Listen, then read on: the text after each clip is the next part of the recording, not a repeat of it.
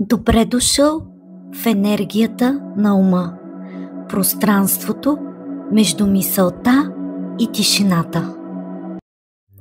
Понякога животът ни спира, не защото нямаме шанс, а защото не сме готови да приемем това, което искаме. Днес ще говорим за ключа, който отключва промяната.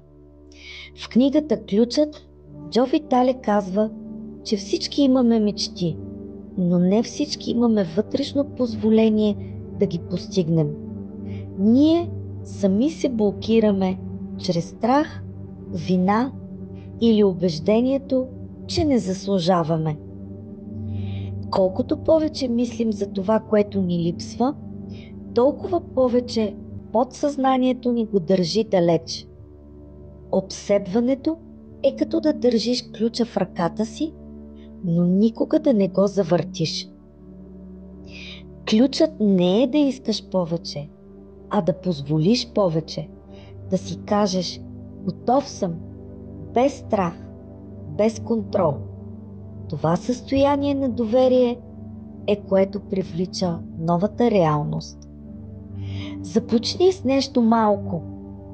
Една мисъл, която ти тежи. Пусни я, замени я с усещане на благодарност.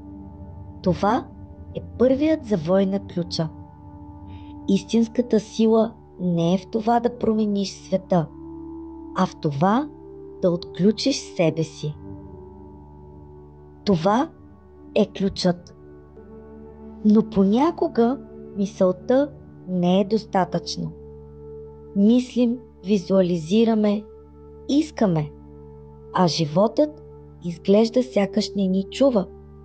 Колко пъти сме си казвали: защо след като толкова много го искам, не се случва? Точно тук започва истината, за която говори Джо Витале в книгата "Ключът".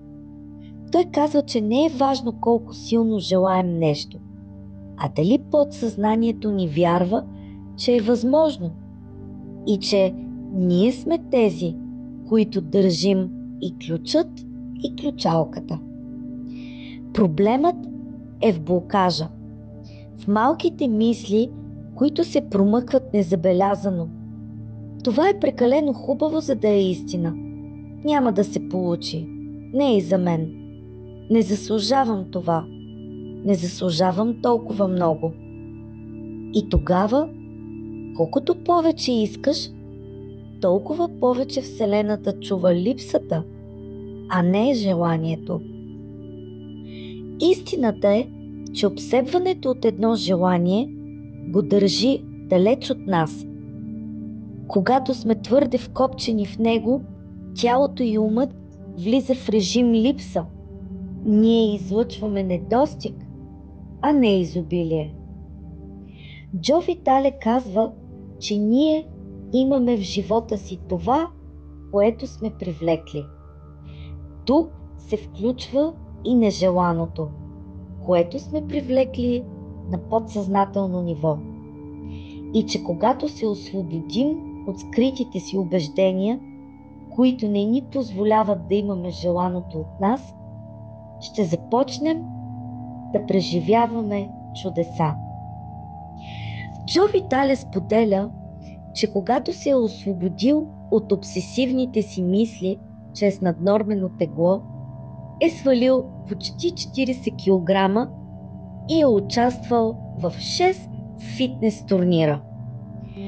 Той също така споделя, че когато се е освободил от подсъзнателните си представи относно притежаването на нов автомобил, е привлякал 20 такива.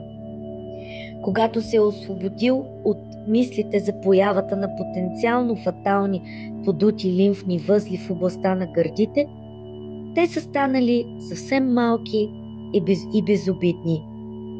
След като се е освободил от причините защо няма дом, защо е оцеляващ писател, който едва свързва двата края, станал интернет знаменитост, автор на бестселъри и една от звездите в хитовия филм "Тайната".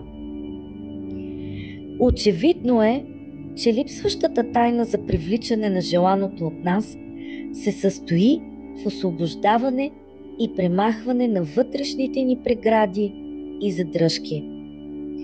Вероятно всички ние се питаме дали имаме такива в момента. Фактът, че си задаваме този въпрос, означава, че наистина имаме.